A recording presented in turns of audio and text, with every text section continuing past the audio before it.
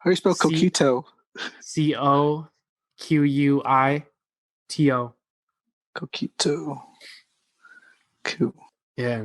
So, anyways, sponsored by the Elizondo's Coquito this episode. Every listener's getting a free bottle. Yeah. Just kidding. No.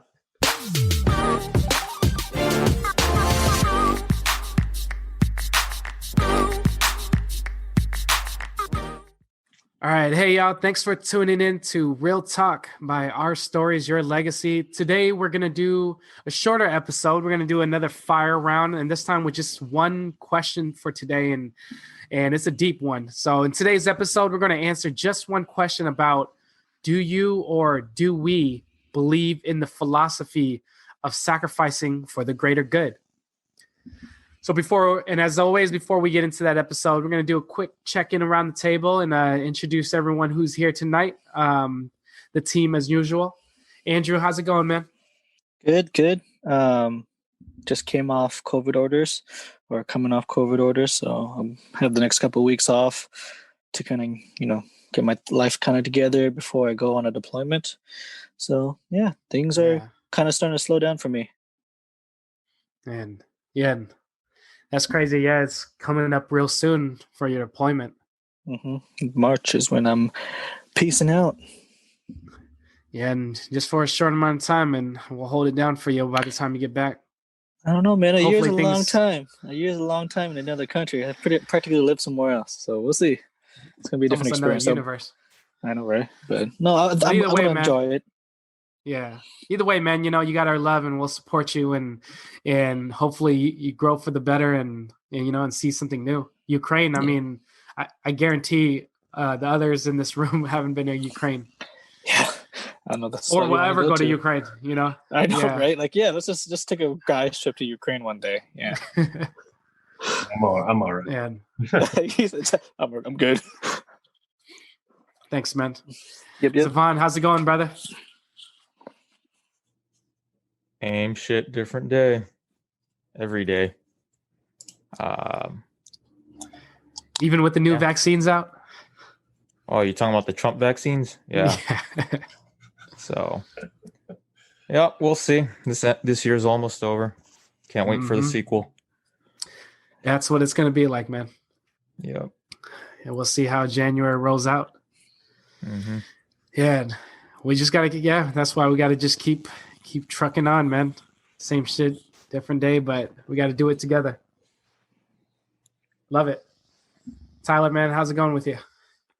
Going well, man. Going well. Had a good day, mostly. I don't know. I had really bad migraine last night, so I didn't know what to expect coming into today. So pretty good. I was on the road most of the day. It's because I had to take Allie over to an appointment to get her wisdom teeth checked out and everything. So oh wow, I was taking out all of that. Started off the week on a high note for work. I got elected to a position in one of the national associations that has to deal with my work. So now I'm a regional director for Region 1 in that. So all right, congratulations. Kind of a cool thing. Get to help assemble, lead, and assist in overseeing however many states. I think there's 15 states and the country of Singapore. I know. Yeah, they just got thrown in there. So yeah, that's kind of a cool thing. All right. Happened today. Congrats, man. That's pretty fascinating. Yeah. How long you appointed for? 3 years. 3 years. So I get inaugurated or whatever in March, sworn in March, and then I start a three-year term on it. So this first year will be the director-elect. The next year, the second year will be the actual director, and then the third year is the immediate past director. So nice, man. Well, it's good to have everybody on. My day's pretty good too. I mean, not compared to Tyler, that's a great way to start your Monday. But again, same shit, different day. But we're trucking through, and all we can do is continue to do it together. So jump in now.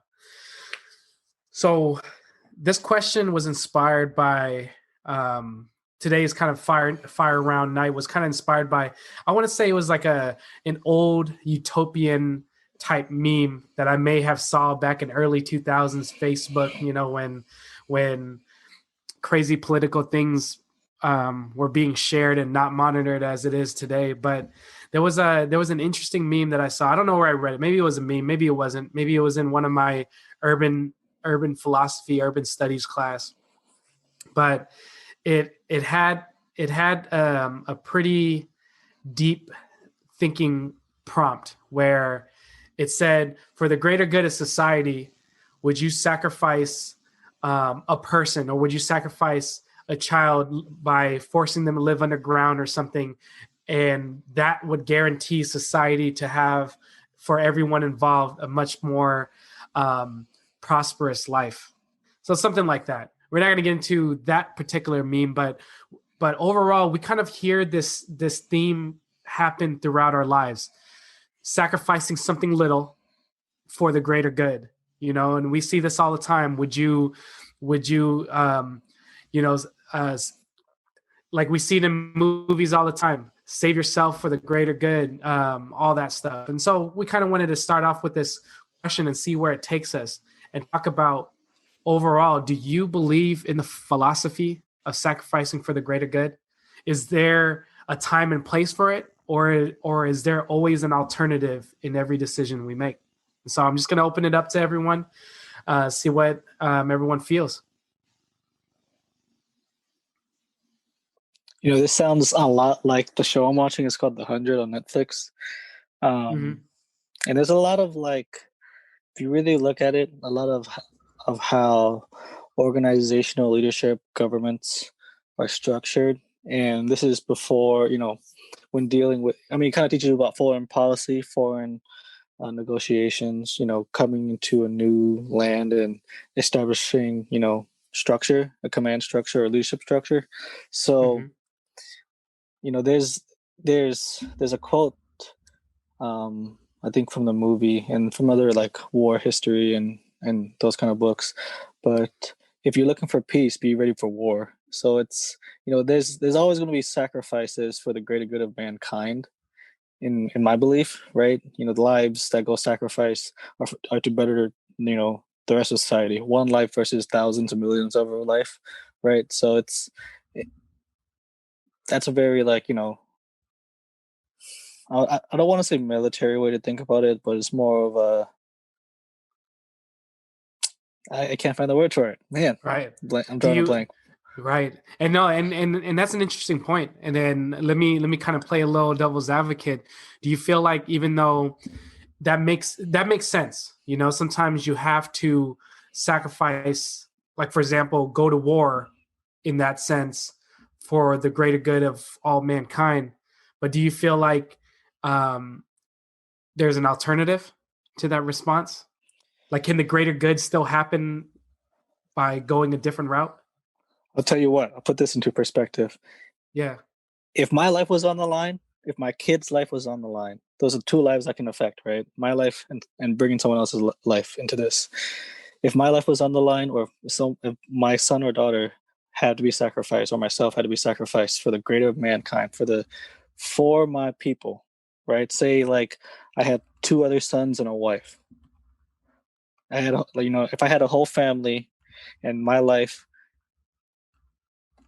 had to be taken for them to have a better life, yes. To save the betterment of society, yeah.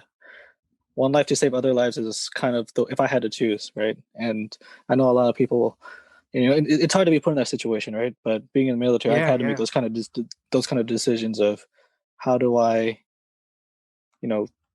do I make a decision that benefits the few that can make it, or can I make a decision that benefits more lives being saved, less stress on the organization and the people that I oversee, right? And so, it's, you can have the counter argument of, like, well, what if that was your kid, or what if that was you? Yeah, I'd give up my life for the better of for mankind. Right. And it's always, and we see this everywhere, man. Like, think about it. We see this in economics, for example. there's literally a economic term, cost benefit analysis. I mean, like is there, do we, there has to be and I don't know the answers. I think this was great about our conversation. That there is no right or wrong answer. It's just all perspective. But it's like, do we feel like, did we create this society, or is this just fate that was bound to happen, that there's always have to be some sort of sacrifice for the greater good, And I just kind of opened that up to you guys.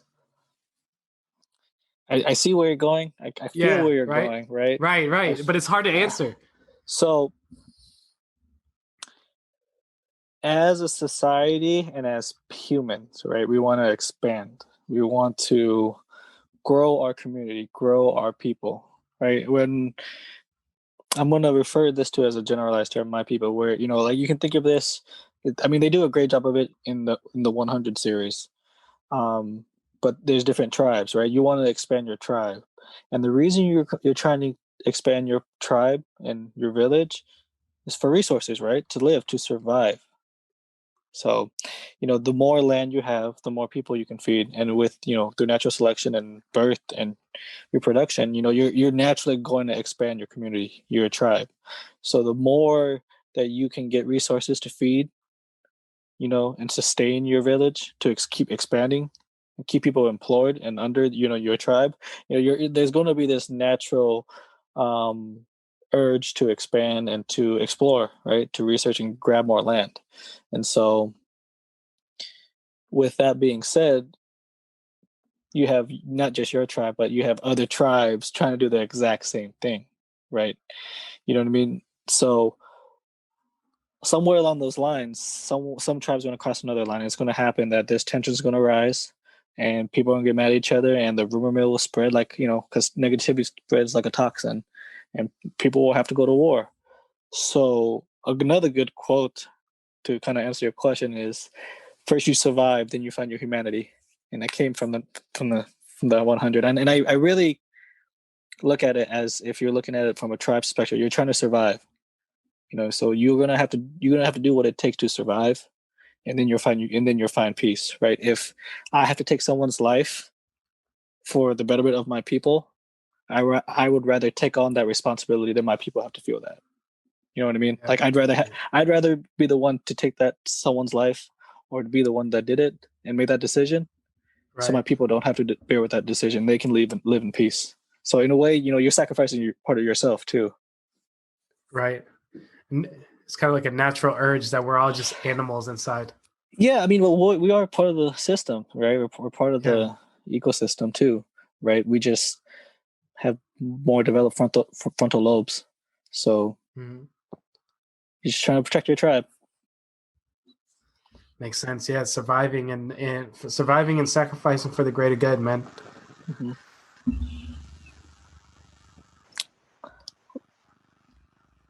Tyler, what's your thoughts? Do you believe in the philosophy of sacrificing for the greater good? Yeah, I mean, I think like what was mentioned a little bit earlier is just, I think there's a time and place. I think there's going to be, consequences either way you look at it. But it really comes down to situation, I think. I think to Andrew's point, myself also growing up from a military background and everything too, it's kind of, it's hard if it's yourself. I feel like, I don't know, for me, I think I would just do it because that's just how I was kind of raised in that mindset. Like, if I have the opportunity to save all these people, I'm going to do it. I mean, I've actually come into those situations where, like, I've been in the same room as someone who just shot somebody, and instead of running away, I went towards them. Granted, I got grabbed and thrown out of the room as well, back in high school. But, it's just one of those things. I feel like if it's me and it's to save millions of lives, yes, I'm gonna do what I can to do it. To the point, like Andrew said, like if it's like my child and I have a wife and 2 other kids, and if I have to sacrifice my child, I don't know if I could do it. Honestly, I don't know if I could sacrifice my child and then therefore live with that decision. Yeah, I have my 2 other kids and my wife, but the other thing is like, yeah, sure, we live, but there's guilt there for me. And then, there's also probably going to be some sort of resentment from your family at that point. You know what I'm saying? So like, it's one of those things, fine line, I guess. If it was either myself or my child, I would obviously do it myself. Yes, my family would probably hate me for doing it or for considering it. But, I think if you threw that question on them, they would probably choose themselves over their loved one or their child or anything like that. Right. But very much just like, Andrew pointed out already, it's like, because I grew up from like a military background as well. It's like, if you're looking at it in a war aspect, yes, it's one of those things. Like, why do we have world wars? Who knows? Show of, who's got bigger kahunas, really. I mean, that's what it comes down to a lot of the time, is like, okay, who has more power? And then, now it's like, oh, we're fighting over resources because, those types of things. And then some of it's just a political agenda of whatever, like war for war kind of thing. You don't believe in my systems and vice versa, so let's fight about it kind of thing. So, yeah, I mean, that goes back years, Right. centuries. I mean, like literally, like when humans were born. Yeah, I mean, pretty much. It's like an innate ability in the human race to fight one another. Why? Right. Because, I guess. I don't know. Kind of like Andrew said, those natural animalistic urges to continue to own and to protect your tribe. Yeah. I mean, that's really what it is. I mean, yeah, you go back to, you're going to fight any foreign and even domestic parties coming in to ruin your tribe or threaten your tribe kind of thing. I think when it comes to like the whole story of mankind and all of that, and you have to fight other like species. Yeah, sure. That makes sense, I guess. You have to prove yourself dominant and you need to see your race move on, I guess. But I think it's when you're within species too. But, like obviously there's war, there's fighting, there's all of that. But if you go to any other species, there's fighting their fighting is a little bit different sometimes. Animal kingdom, they fight to win over the affection of a female or male, depending on what species it is. So I don't know. Anyways, that's kind of going off a tangent on a different thing. I think it just what? Yeah. No, you brought up a definitely good piece of perspective, though, in a sense that selfless sacrifice is one thing too. And kind of Andrew was touching on this too, but it seems like more likely than not, if it came down to sacrificing yourself or someone else, most of the time, hopefully, most of the time, people would lead to choosing themselves to sacrifice for the greater good, letting their spiritual legacy live on. So that's another perspective too, because Andrew brought up the perspective of animalistic urges that we all got to do what we got to do to protect our tribes, no matter how big or small. And then Tyler brings up another perspective of like selfless sacrifice, God forbid if there was like a active shooter or something, you'll be the one to kind of jump in the way to save the lives of countless others or whatnot. Or if you had to choose between your child or yourself, you would choose yourself, Yeah. Zvon. Oh, sorry, go, Tyler. I was just going to say, the other point too is just a moral thing too. I think it just depends on, like I said, your situation. Like morally, right. Would you feel okay doing it? It's one of those things. Right. If people knew, like they might praise you, but at the same time, you have to live with it every day if you really want to survive it. Like if I have to say, in order to save 1 million people, I have to, I don't know, sacrifice someone in their, I don't know, mid-70s that has cancer or something. Like there's like stipulations there. Like, yeah, right. I guess they're on their way out, but at the same time, I'm still killing this person. They're sacrificing. Right. But I'm like how do you live with that choice? Yeah, it's like, all right, well, I mean, knowing that you saved 1 million lives.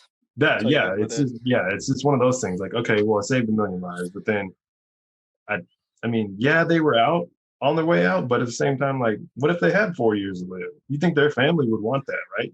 So it's like moral stuff too. So I mean, but I think the piece of that is the true piece of that is kind of like to my point earlier, is that you have to live with that, and they don't. They have that free will, that free conscience, in the sense that they can live peacefully, and your people are living at peace. But obviously you're dying inside. But to me, that's part of being a leader, is having to make those hard decisions for your organization or your team. That's a good point. So when you're making that sacrifice, it doesn't have to be a literal physical sacrifice. It could be something that eats you up mentally, but you did it for the greater good.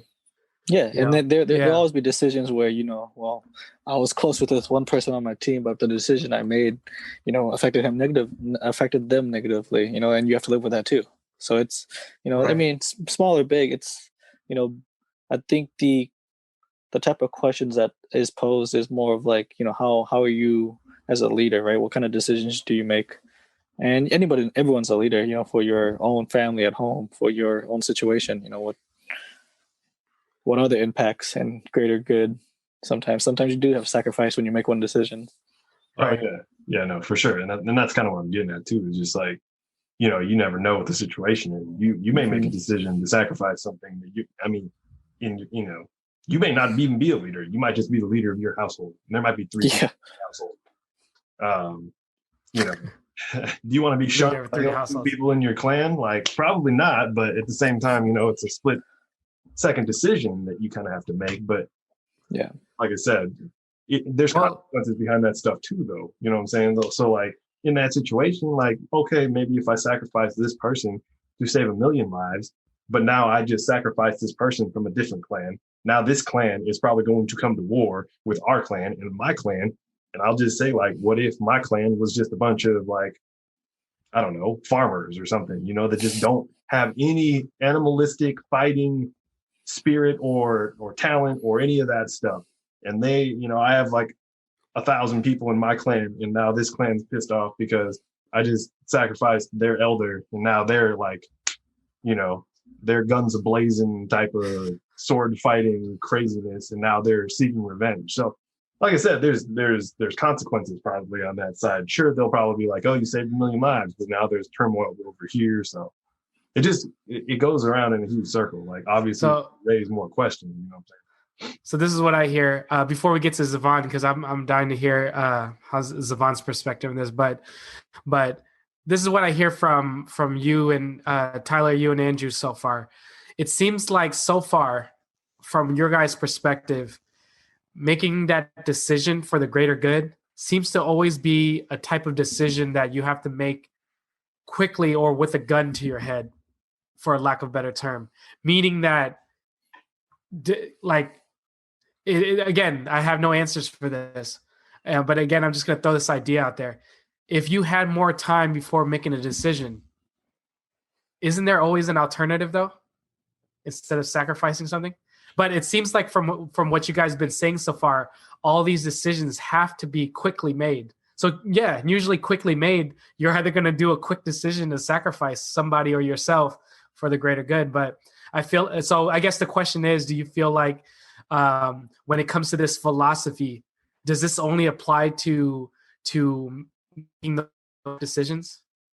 So I guess in the military too, Andrew, like, do you feel like, would there ever be a possibility where when you're making a decision for the greater good, you can have all the time you need to make the right decision? Or do you feel like it's always going to be one of those gun to your head, quick decisions you need to make?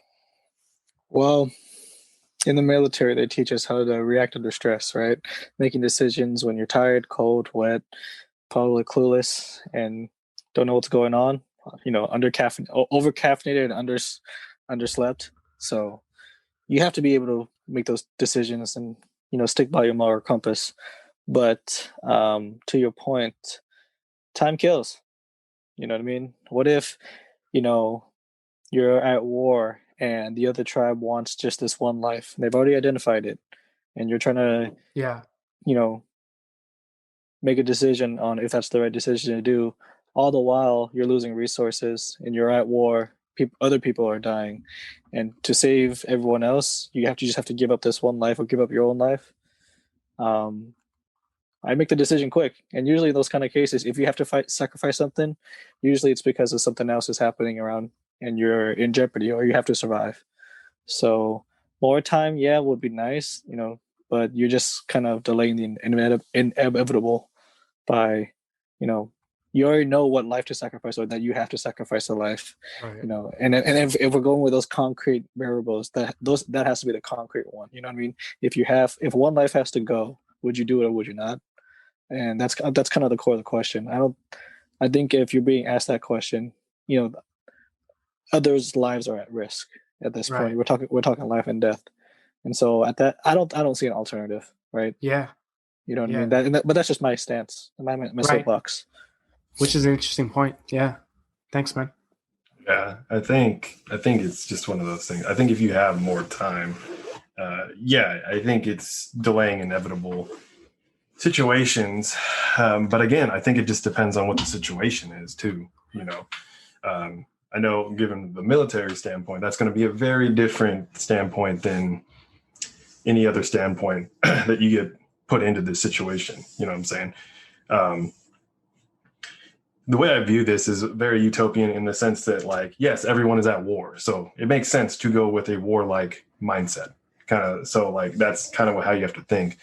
But I think if we're just talking generally, then yeah, there's going to be plans. There's going to be all of that stuff if you have time and whatnot. Because I mean, from an operational standpoint, yes, there are operations that you would probably have to go through to try to figure out if you had time, if nothing else is happening, if you're not losing the resources or whatever it might be, and there is time, there may be an alternative there. There may be some bartering that can be done. You know what I'm saying? So, like I said, it depends on the situation. I think the hard part with the military aspect as well is, although we know what sacrifices need to be made in a given situation and all of that stuff, I know that the whole moral compass thing comes into play a little bit, just because, a lot of the branches will say that, no man left behind, even though that one person might say, no, sacrifice me for the greater good.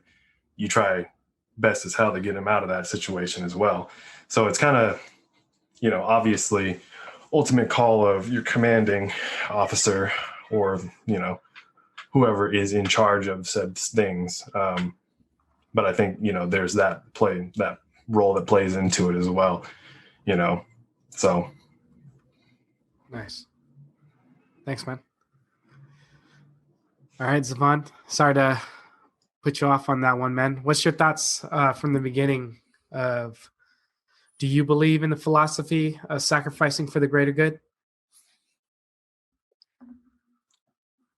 Definitely a tough one, because all throughout our lives, we are never going to have a moment where we don't sacrifice something for like a greater good, whether that's big or small. When it comes, right. It sounds like we're all speaking in the context of more extreme situations, like the moral compass goes haywire, right? Like, would you save your child over a population of 1,000, which it could be like the last surviving race of its kind? You have the moral compass that lies in the instinctive or feelings realm. You're attached to this. This could be your child, so you're attached to it emotionally, and that's your child. So your moral reaction would be to save your child over the population.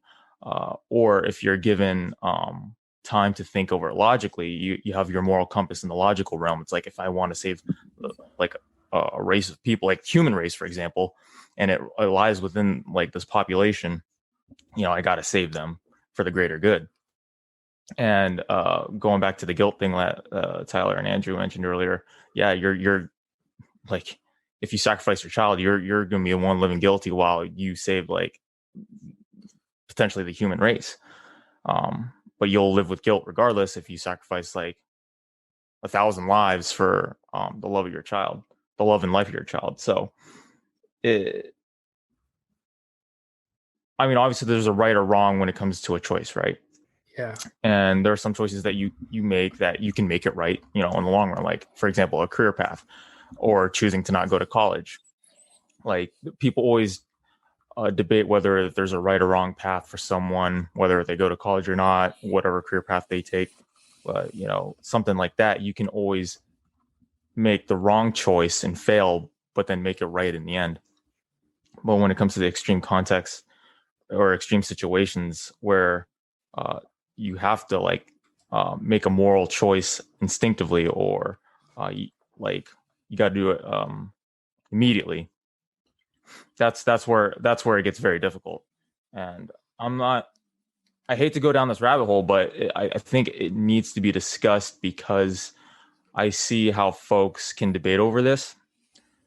And I know it's pretty controversial, but it's just me trying to see it objectively, but also trying to understand both aspects and trying to understand the morality surrounding it. For example, cops obviously have a very tough job detaining folks in general. And let's say they're trying to detain a suspect who's resisting arrest, tries attacking the officers.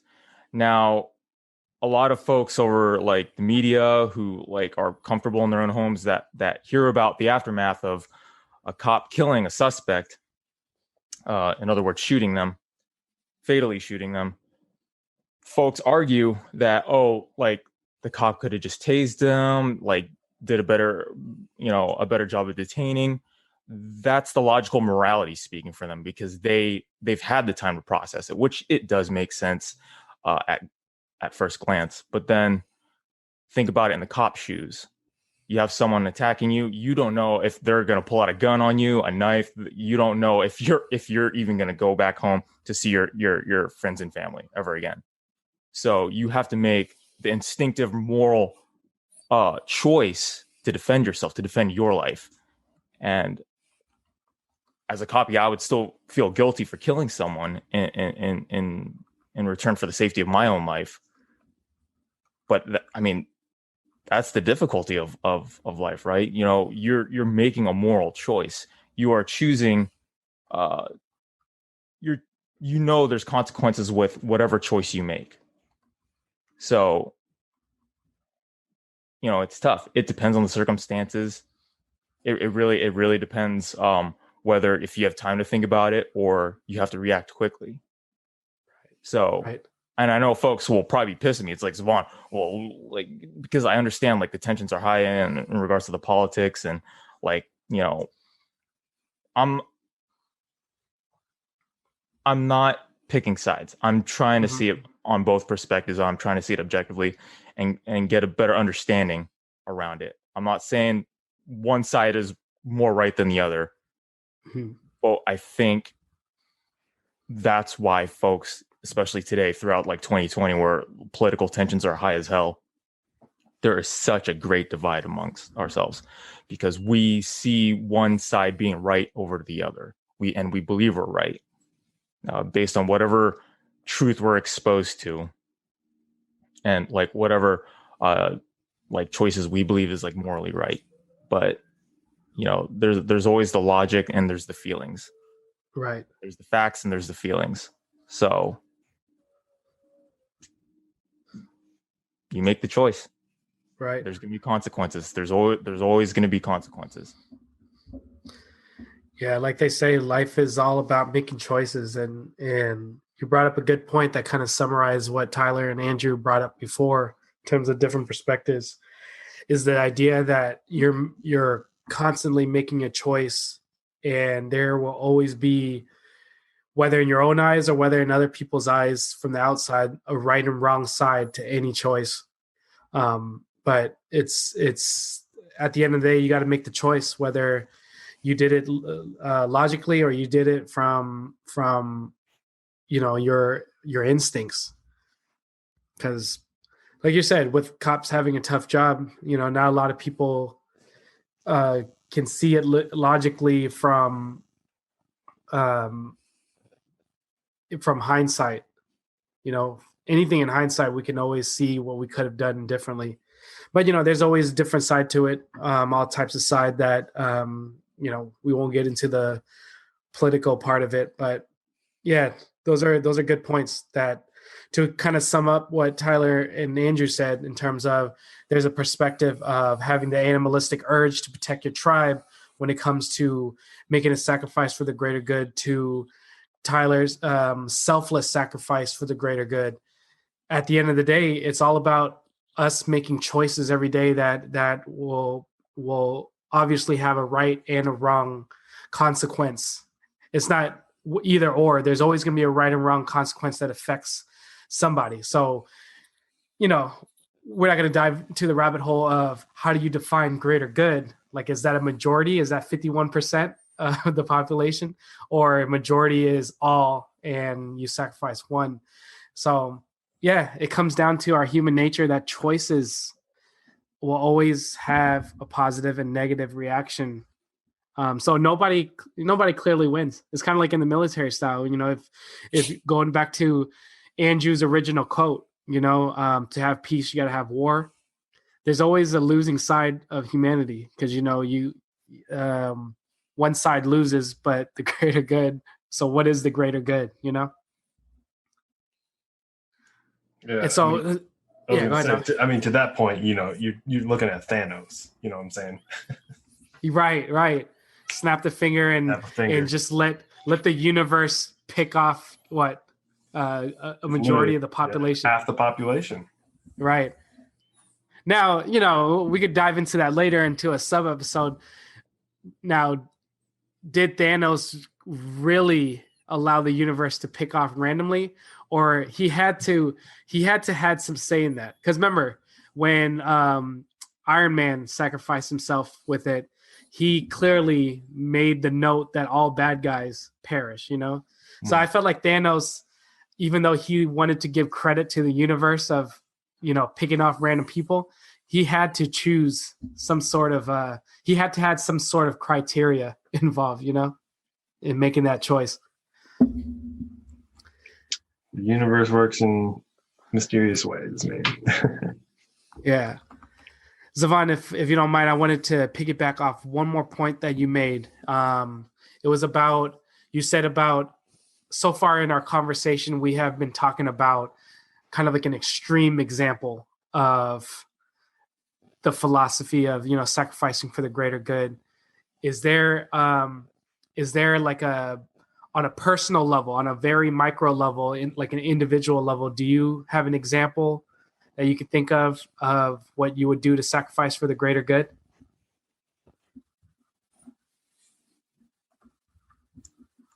I don't know. It depends on the situation, the circumstances given to me. Like, are you asking me if I would sacrifice like myself for the greater good or something? No, just kind of like on a minuscule scale. I mean, I could start.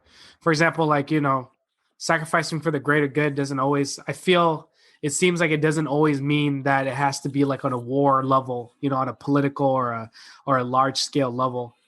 Like, for example, when I mean micro, it doesn't mean like I'm voting, putting my vote in to obliterate, I don't know, some small island that's uninhabited, but I'm not making that vote. I mean, something on a smaller scale, like I choose to litter every day, like I go out of my way to make a little micro impact of littering every day because I want that to negatively impact the environment. Something small, I don't know, or maybe doing something for your mom or our parents. Like this is a question for everybody. Like does the greater good, this philosophy can only apply to masses, or can we do little impacts, choices on the daily that can impact your family, for example? For me, I say the answer is yes. So I guess, Zvon, can you think of a type of... backtracking from the family, the stuff you said before family, like in terms of like the intrinsic, personal, like for ourselves kind of thing. Like for me, I'll tell you what I won't sacrifice, and that's like my convictions, my opinions, my beliefs, my values for like the approval of like my friends or family. Like I don't care if I lose friends and family connections because of like what I believe in and all that stuff. So there's stuff like that. And I think I think there's something very meaningful and strong about an individual who does uphold like their values. Like, I don't want to like toot my horn and make me sound like narcissistic, but I think like I value independent thinking, and I think everyone should be independent of their own thoughts, their values, and beliefs, and not have to feel like they have to bend the knee for the approval of others, whether that's friends, families, or loved ones. Like, and I could see how quickly and how toxic that can become, or how toxic how toxic that can become so quickly. Like, I've seen close friends in like toxic relationships because they like, and they're not themselves anymore because they bend their knee to whoever they're in a relationship with, whether if that's a significant other, if that's with a friend, family members. You lose yourself. You don't want to lose yourself for the approval of others, by any means, because that's when you become a slave to someone. You sell your soul, essentially. So I kind of reversed the question or the context a little bit about like what we shouldn't sacrifice in terms love of that, like though. personal quality, but we all need to think for ourselves. And it's even worse these days because of social media. Cancel culture is like so prominent. If you have like a different view than someone else, or if you play devil's advocate and you try to see something from a different perspective, you will automatically be labeled. Yeah, you'll be labeled as like misogynist, racist, bigot. You'll be pretty much become a persona non grata. But I think there are things that we shouldn't sacrifice, but if you want to sacrifice something so close to you and so dear to uphold who you are as a person and individual, that I think is very powerful. So I love that. Yeah, I think that's a whole nother dimension to this question that that you just answered, is that sacrificing for the greater good, it doesn't have to be on a mass scale. It could be the greater good, could be yourself. And that's what you won't sacrifice, which is your values, your convictions. Because, sacrificing yourself just to fit in is actually more detrimental to your personal self, even to others as well. And I think that's awesome. I think that's a great way to look at it, that on an individual level is, what is it that you won't sacrifice, because it kind of goes back to what you were saying before, Zvon, that I took note of is at the end of the day, what is the most intrinsic or the common denominator of this question, this philosophy? And that comes down to choices.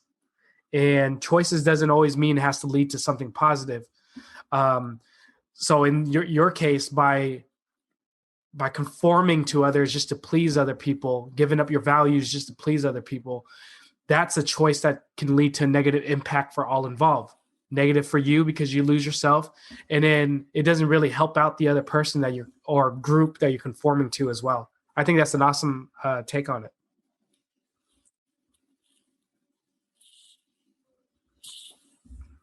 Any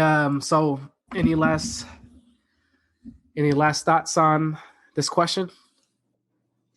To touch on Zvon's point, I mean, and that's kind of where I was thinking as well, is just kind of just that, yeah, what are you not willing to, give up kind of thing. Because for me, like, I think what your question was more too, also, the greater good in smaller scale, right? Because like I think the biggest one, I mean, in a smaller scale is yourself and your self-awareness, and like self-compassion. I think that's the biggest one that you can work on every day, obviously. Doesn't have to be these large grand scale events that save the world, because at the end of the day, you have to save yourself, Right. This is one of those things, self-compassion, self-care, learning to forgive, if you're holding a grudge, being your best possible self, meditating in a compassionate kind of way towards giving strength to, feelings of other people and whatnot, and gaining perspectives from arguments or fights or whatever that may be, resolving conflict. I think these are all like little points, just affirming like your important values as a person, as an individual. And that's going to radiate to other people, depending on who they are. They might not, but just affirming those important values, it could radiate to other people, and showing them kindness could then change their day to where they actually, give that greater good of kindness to other people. You try to show kindness to other people so that in turn they pay it forward to other people, and that's kind of how you go about that. But yeah, right, the pay it forward effect. Yeah.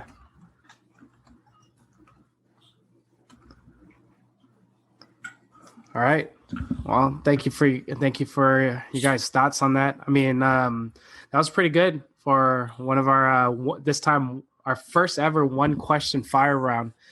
And I think we did a good job of kind of exploring it.